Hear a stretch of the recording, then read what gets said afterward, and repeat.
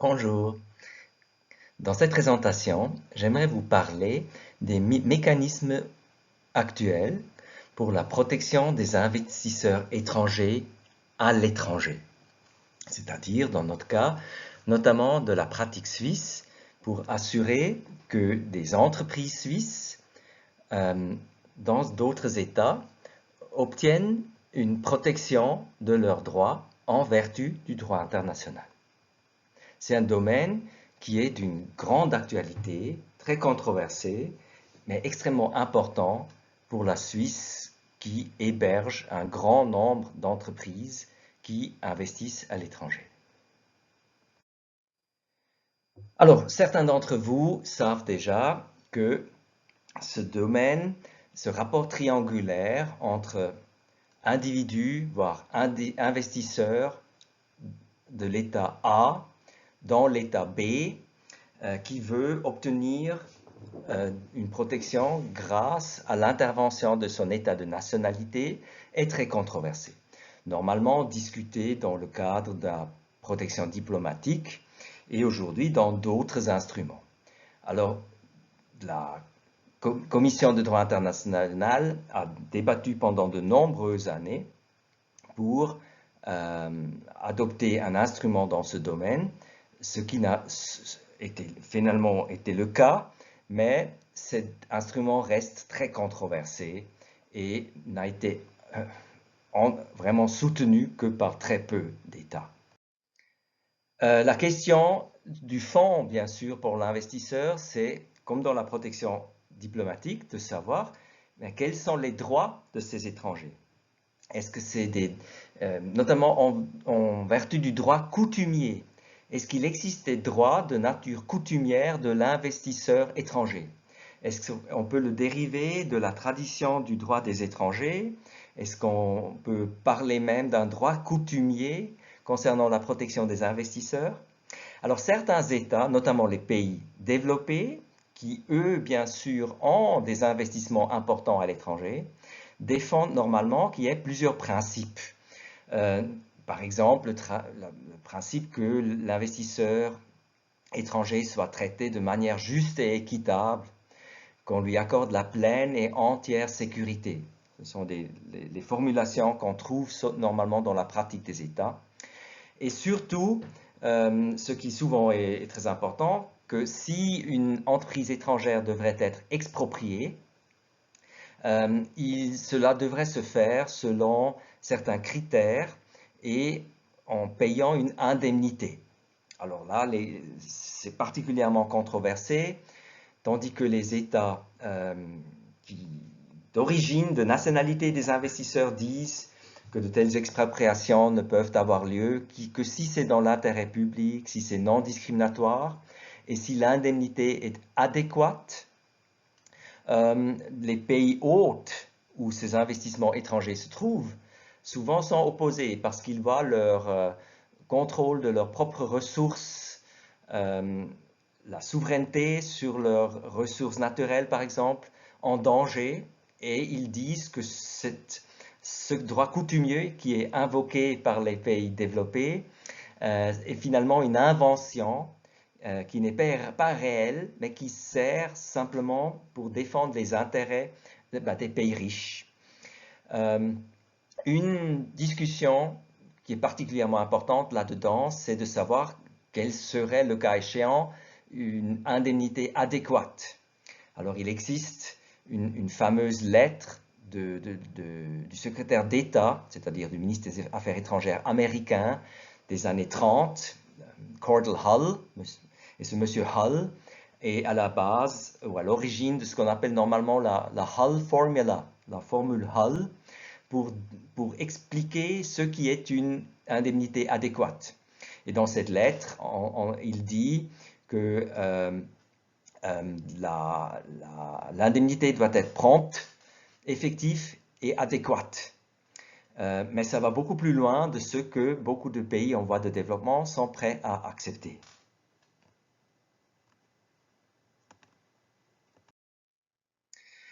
Certains de vous savent aussi que ce criticisme, notamment des pays en voie de développement, n'est pas quelque chose de nouveau. déjà au 19e siècle, Carlos Calvo, un représentant des pays de l'Amérique latine qui était à peine devenu indépendant, a invoqué le fait que l'immixtion de l'état de nationalité d'une entreprise, ou de manière générale de l'état de nationalité d'un étranger, personne physique ou morale, et le fait de vouloir invoquer un principe de droit coutumier, comme quoi l'état d'origine est, premièrement, le droit d'appliquer ou d'utiliser la protection diplomatique, et deuxièmement, de plaider qu'il existe un droit coutumier quant au traitement de l'investisseur étranger, que c'était des inventions de la part des États riches pour finalement contrôler l'économie de pays en voie de développement qui dépendaient de ces investisseurs étrangers. Et aujourd'hui encore, dans des conflits actuels, par exemple, il y a jusqu'à nos jours en Équateur ou au Venezuela, on voit exactement que les gouvernements locaux défendent plutôt cette approche qui s'inspire entre autres des écrits de Carlos Calvo, tandis que les pays d'origine ou de nationalité de ces investisseurs, les pays européens, les États-Unis, le Canada, ont plutôt tendance à maintenir l'idée qu'il existe du droit coutumier qui prévoit une certaine protection, un standard minimum pour les investisseurs, et donc aussi le droit de l'État d'origine de s'immiscer. Alors, quelle est une solution au vu des controverses et des différends, au vu de l'insécurité quant à l'existence à la fois du droit à la protection diplomatique et aussi du contenu de ce droit coutumier qui pourrait éventuellement exister concernant le traitement des investisseurs? Alors, beaucoup d'États, depuis la Deuxième Guerre mondiale, notamment à partir des années 50, ont décidé de négocier des accords. Comme ça, il ne faut plus se baser sur le droit coutumier qu'on invoque, mais on aurait une base légale dans un traité signé par deux États. Alors le problème, c'est clair, beaucoup d'États ne sont pas prêts à signer de tels États. Et deuxièmement, le langage ou le texte de ces traités parfois est compliqué et doit aussi être interprété parce qu'il tient compte de ces vues, de ces différences et ces divergences des approches. Alors la Suisse est un des États qui, pour les raisons déjà mentionnées, le fait connaît beaucoup d'entreprises suisses notamment qui ont investi à l'étranger. Mais il ne faut pas oublier, nous avons aussi en Suisse beaucoup d'entreprises étrangères, par exemple indiennes, américaines, de l'Afrique du Sud, des pays voisins, qui ont installé une société en Suisse, un siège, souvent une holding, qui contrôle des participations dans le monde entier. Et donc, il y a en Suisse à la fois des investisseurs étrangers, mais qui, en s'installant en Suisse, deviennent des investisseurs suisses, qui eux-mêmes contrôlent des investissements, par exemple, dans les pays africains.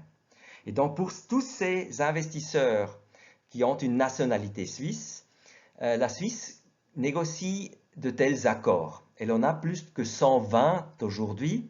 Ici, vous voyez le dernier qu'on a réussi à conclure. Et ça montre tout de même que ces dernières années, c'est devenu encore plus controversé, c'est devenu plus difficile de trouver vraiment des solutions qui conviennent à la Suisse et à l'autre État concerné. Mais ici, dans le cas de la Géorgie, vous voyez un exemple, donc cet accord entre la Confédération suisse et la Géorgie concernant la promotion et la protection réciproque des investissements. En Suisse, une abréviation que nous utilisons régulièrement, c'est APPI, un API, dérivé de l'acronyme Accord, Promotion, Protection, Investissement, APPI, API. Et qu'est-ce qu'on trouve maintenant dans ces accords? On trouve d'un côté des standards, notamment les standards dont je vous ai parlé, les règles concernant l'expropriation, les règles concernant le traitement juste et équitable. Donc ça, c'est le droit matériel, qu'on essaye de codifier entre les deux États. Pour ça, comme ça, quand il y a un différend, quand il y a des problèmes pour un investisseur, on peut invoquer ces règles matérielles. Mais ce qui est maintenant plus intéressant pour nous, c'est quel est le règlement de différend prévu. Et nous avons pris comme point de départ que les États souvent essayent de ne pas être directement impliqués, notamment l'État de nationalité n'est peut-être pas intéressé ou trouve dangereux pour ses relations internationales d'invoquer la protection diplomatique. Et ici, on a créé une alternative, un mécanisme qui doit se substituer à la protection diplomatique, et c'est de donner à l'investisseur concerné une voie de recours qui n'est pas contrainte ou qui ne doit pas passer par les tribunaux internes, mais qui utilise l'arbitrage international, donc une espèce de tribunal international en vertu de ce traité, donc qui a sa base dans le droit international. Et ici, je vous montre le texte qui est typique pour ce type d'accord conclu par la Suisse. Dans cet article 10, qu'est-ce qu'il stipule? Dans un premier alinéa, les différends entre une partie contractante et un investisseur de l'autre partie. Alors ça pourrait être par exemple l'investisseur suisse qui est présent en Afrique du Sud. Dans ce cas, puisque nous discutons l'accord entre la Suisse et la Géorgie, c'est donc ça concerne des situations soit d'un investisseur suisse en Géorgie ou d'un investisseur géorgien en Suisse. Alors dans ces cas, quand il s'agit relatif à un investissement de ce dernier sur le territoire de la première et qui porte sur une violation alléguée du présent accord ayant causé des pertes ou des dommages à l'investisseur de l'autre partie contractante, sont réglés dans la mesure du possible à l'amiable par voie de consultation. Donc ça commence par une invitation, comme c'est souvent le cas dans des traités internationaux, mais aussi des contrats nationaux, d'essayer de régler à l'amiable. Et vous voyez ici, on parle donc de cet accord, de ce rapport triangulaire. Les deux États d'origine sont mentionnés et l'investisseur les deux États sont mentionnés et on parle de l'entreprise qui est entre les deux parce qu'elle a sa nationalité de l'État A, mais elle a des activités économiques dans l'État B. Et à ce moment-là, il y a la question s'il y a eu des violations des droits de l'investisseur dans cet État B. Et donc ici, quel type de violation? Mais bon, on parle des droits qui sont concrétisés dans cet accord lui-même. Alors maintenant, ça devient intéressant. Si donc une négociation, une résolution à l'amiable n'est pas possible, qu'est-ce qu'on prévoit? Si ces consultations n'apportent pas de solution dans les 6 mois à compter de la demande écrite de les engager, l'investisseur peut soumettre le différend soit aux juridictions judiciaires ou administratives de la partie contractante sur le territoire de laquelle l'investissement a été effectué, soit à l'arbitrage international. Dans ce dernier cas, l'investisseur a un choix. Nous verrons ça dans un instant. Alors ici, on rappelle encore une fois que bien sûr, on ne veut pas priver l'investisseur de la possibilité de saisir les tribunaux internes. Et vous vous souvenez, dans le cas de la protection diplomatique, ceci est même une condition, épuisement des voies de recours locaux ou des voies de recours locales. Mais dans ce cas-ci, on change la règle, on dit oui, on a un choix, on peut utiliser les voies de recours devant les instances internes, mais on crée cette possibilité qui autrement n'existerait pas de soumettre le différend à l'arbitrage international. Et là, donc, c'est un privilège, on peut dire, qu'on donne à l'investisseur parce qu'il peut ainsi échapper à la souveraineté, à la juridiction de l'État, où normalement ce serait le cas, notamment pour les investisseurs internes ou des investisseurs qui ne sont pas au bénéfice d'un tel accord. Cette option normalement n'existe pas. Et donc, grâce à cet accord, c'est nouvelle voie, cet accès à l'arbitrage international est créé. Alors, qu'est-ce qu'on offre comme arbitrage international? Ici, dans cet accord, et c'est assez commun, mais il y a des alternatives, on offre deux mécanismes, deux institutions qu'on peut utiliser. Le premier mécanisme, c'est le Centre international pour le règlement de différends relatifs aux investissements, abréviation CIRDI, institué par la Convention pour le règlement des différends relatifs aux investissements entre États et ressortissants d'autres États, ouverte à la signature à Washington le 18 mars 1965, si après dénommée la Convention de Washington. Je vais vous en parler un instant. Donc là, vous avez un mécanisme très spécialisé, ou alternativement, deuxième option, un tribunal arbitral ad hoc, donc constitué conformément au règlement d'arbitrage de la Commission des Nations Unies pour le droit commercial international, abréviation CNUTSI. Ce deuxième est très connu parmi les spécialistes du droit commercial, parce que c'est un arbitrage qui est souvent utilisé entre entreprises multinationales ou entre entreprises dans un contexte international de manière générale.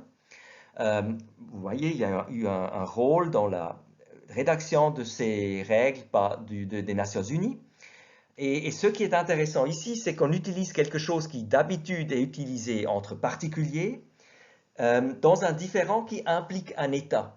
Ça, c'est assez innovateur et tout de même intéressant du point de vue du droit international classique, où on aurait peut-être eu tendance à donner un traitement spécifique, plus spécifique pour un État.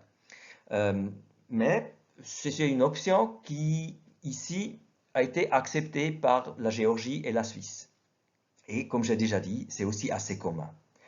Parlons tout de même un instant de ce centre plus spécialisé. Le CIRDI, ce Centre international pour le règlement des différends relatifs aux investissements, a été créé donc dans les années 60, comme vous avez vu, au sein de la Banque mondiale. Et c'est donc une cour, on peut dire, ou un mécanisme qui ouvre la voie pour saisir un tribunal arbitral dans ces litiges relatifs aux investissements. Donc c'est une institution hautement spécialisée, elle est basée à Washington, et sans aller dans les détails, ce qui se fait plutôt dans un cours de droit international économique, normalement, on peut dire, c'est donc on peut parler d'un tribunal international, même si la construction est un peu différente, selon les règles de l'arbitrage, avec des compositions, des tribunaux arbitraux qui diffèrent, etc. Mais donc, ce n'est pas un tribunal interne, national, c'est quelque chose d'internationalisé. Et deuxièmement, on peut se demander, mais pourquoi au sein de la Banque mondiale? La Banque mondiale, normalement, octroie plutôt des crédits ou des financements pour des projets d'infrastructure. Et là, le lien était dans les années 60 de dire nous devons promouvoir les investissements, notamment en infrastructure, routes, digues, production d'énergie, mais aussi exploitation des ressources premières. Et pour le faire, on ne peut pas utiliser que les investissements étatiques. Nous devons promouvoir les investissements par des particuliers. Donc, le partenariat avec le privé est particulièrement important. Et comment pouvons-nous rassurer les investisseurs privés d'investir dans ces pays en voie de développement, notamment? Un instrument pourrait être la création de ce centre, de ce CIRDI, afin que s'il y a un différend entre l'investisseur et l'État hôte, il a la sécurité de pouvoir saisir donc un tribunal international, utiliser cet arbitrage international organisé au sein du CIRDI et qu'il n'est pas totalement dépendant de la volonté de l'État hôte où son investissement a lieu. Ceci reste controversé, comme je le dis, il y a tout de même beaucoup d'ONG, d'observateurs qui disent c'est pas du tout juste que les investisseurs et donc les entreprises essentiellement aient ce droit qui normalement n'existe pas pour d'autres? Est-ce que c'est vraiment juste dans des cas où des entreprises très importantes avec des grands budgets peuvent se permettre des avocats qui sont très chers mais très spécialisés, tandis que l'État va dépenser beaucoup pour financer le litige, pour défendre les droits de sa population, et cet argent manque pour autre chose. Donc là, il y a un débat actuellement si vraiment à l'avenir, il, il faut encore accepter ce règlement de différend direct entre investisseurs et État. Et deuxièmement, même si on l'accepte en principe, quelles devraient être les spécificités, s'il doit peut-être avoir des règles pour rendre le tout plus équilibré, plus juste. Un doctorant à l'Université de Lausanne a récemment écrit une thèse sur le rôle des avocats et des conseils juridiques dans ces affaires, y inclut les affaires entre investisseurs et État. C'est devenu un domaine très important et assez lucratif, il faut dire, pour certaines études d'avocats et aussi pour certains arbitres qui opèrent dans ce cadre. Si nous retournons encore un moment à l'accord entre la Géorgie et la Suisse, une dernière disposition dans l'article qui ouvre cette voie d'utiliser l'arbitrage international au lieu de saisir les tribunaux locaux dans un cas d'un différend d'un investisseur étranger avec un État hôte. Ce dernier article ici stipule aucune partie contractante, donc c'est-à-dire ni la Géorgie ni la Suisse, dans l'accord que nous utilisons ici, ne poursuit par la voie diplomatique un différend soumis à l'arbitrage international, à moins que l'autre partie contractante ne respecte et ne se conforme pas à la sentence arbitrale. Ici, vous voyez de nouveau un lien avec la protection diplomatique. Notre point de départ était de dire, essentiellement, nous essayons d'éviter la protection diplomatique parce qu'il y a des problèmes, il y a des problèmes au niveau interne, on n'est pas trop sûr dans quel cas il faut l'octroyer ou pas, c'est une décision politique pour le gouvernement.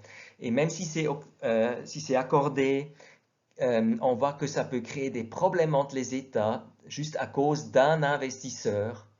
Des problèmes dans d'autres domaines, il pourrait y avoir des rétorsions, ça peut geler les rapports diplomatiques entre deux États pendant de nombreuses années. Et donc, ici, on dit, si un investisseur a cette possibilité d'utiliser l'arbitrage international, les États s'abstiennent de l'utilisation de la protection diplomatique. Quand on parle ici de voie diplomatique, on pense tout de suite à ce mécanisme défini que nous avons vu, qui est la protection diplomatique.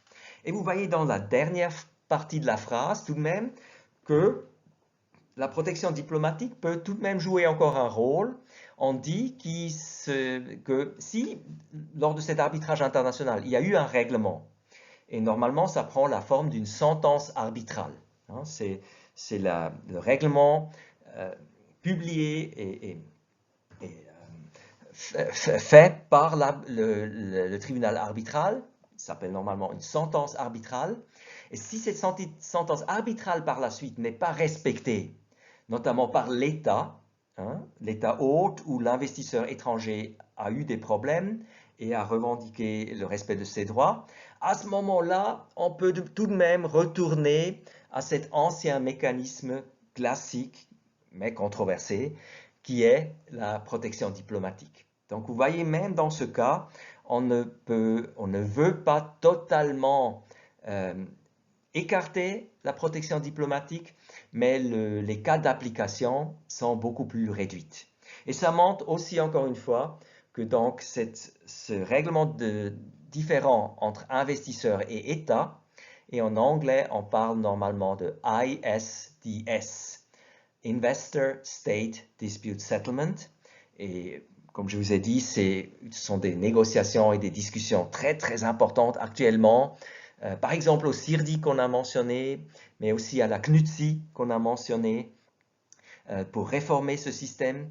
Et donc, on peut dire que dans ces cas, c'est une alternative à la protection diplomatique, mais qui est elle-même controversée, tout comme l'est l'origine de cette pratique et de cette idée qui constitue toujours la protection diplomatique, qui garde donc une certaine importance, surtout aussi dans le domaine des droits humains, j'ai déjà dit, pour les personnes physiques, par exemple les journalistes ou des représentants ou des citoyens étrangers qui sont maltraités à l'étranger. Là, s'il n'existe pas des traités concernant la protection des droits humains qui seraient acceptés par les deux États concernés, la protection diplomatique peut parfois rester la seule solution que le droit international offre. C'est tout pour cette présentation. Merci beaucoup et à bientôt.